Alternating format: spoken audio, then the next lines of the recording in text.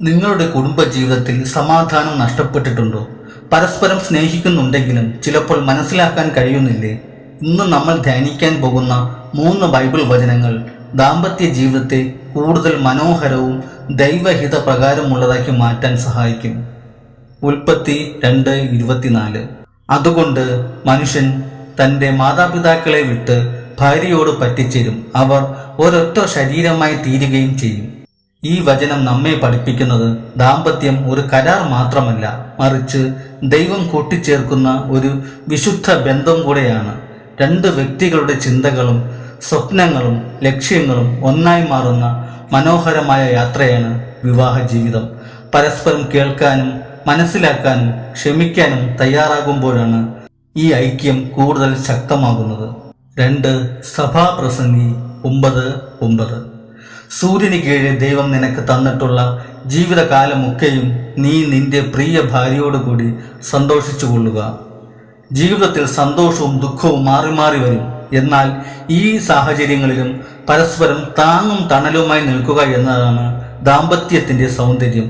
പ്രാർത്ഥനയിൽ ഒന്നിച്ചു നിൽക്കുന്ന കുടുംബങ്ങളെ ദൈവം പ്രത്യേകമായി അനുഗ്രഹിക്കുന്നു.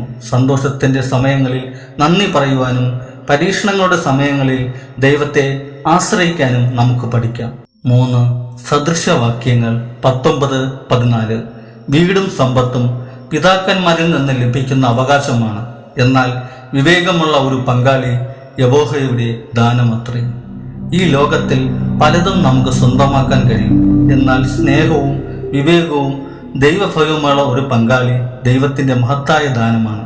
അതുകൊണ്ട് പരസ്പരം കുറ്റപ്പെടുത്തുന്നതിന് പകരം ബഹുമാനിക്കാനും പ്രോത്സാഹിപ്പിക്കാനും സ്നേഹത്തോടെ സംസാരിക്കാനും നമുക്ക് ശ്രമിക്കാം. അപ്പോൾ നമ്മുടെ കുടുംബം ദൈവകൃപയുടെ വാസസ്ഥലമായി മാറും. ദൈവം നമുക്ക് നൽകിയിട്ടുള്ള ഏറ്റവും വലിയ അനുഗ്രഹങ്ങളിൽ ഒന്നാണ് കുടുംബം. പരസ്പരം സ്നേഹിച്ചും ക്ഷമിച്ചും ദൈവവചനങ്ങളെ മുറുകെ പിടിച്ചും മുന്നോട്ടു പോകുമ്പോൾ നമ്മുടെ ദാമ്പത്യ ജീവിതം കൂടുതൽ സന്തോഷഭരിതമാകും. ഈ വീഡിയോ കാണുന്ന ഓരോ കുടുംബത്തിനും വേണ്ടി നമുക്ക് ഒരു നിമിഷം പ്രാർത്ഥിക്കാം. കർത്താവേ, ഈ വീഡിയോ കാണുന്ന എല്ലാ കുടുംബങ്ങളെയും അനുഗ്രഹിക്കണമേ. ഭർത്താവിനും ഭാര്യയ്ക്കുമിടയിൽ സ്നേഹവും ഐക്യവും സമാധാനവും നിറയണമേ. എല്ലാ ഭിന്നതകളും മാറ്റി കുടുംബങ്ങളെ അങ്ങയുടെ കൃപയിൽ ശക്തിപ്പെടുത്തണമേ. യേശുവിൻ്റെ നാമത്തിൽ ഞങ്ങൾ പ്രാർത്ഥിക്കുന്നു. ആമേൻ. ദൈവം നിങ്ങളെയും നിങ്ങളുടെ കുടുംബത്തെയും സമൃദ്ധമായി അനുഗ്രഹിക്കട്ടെ.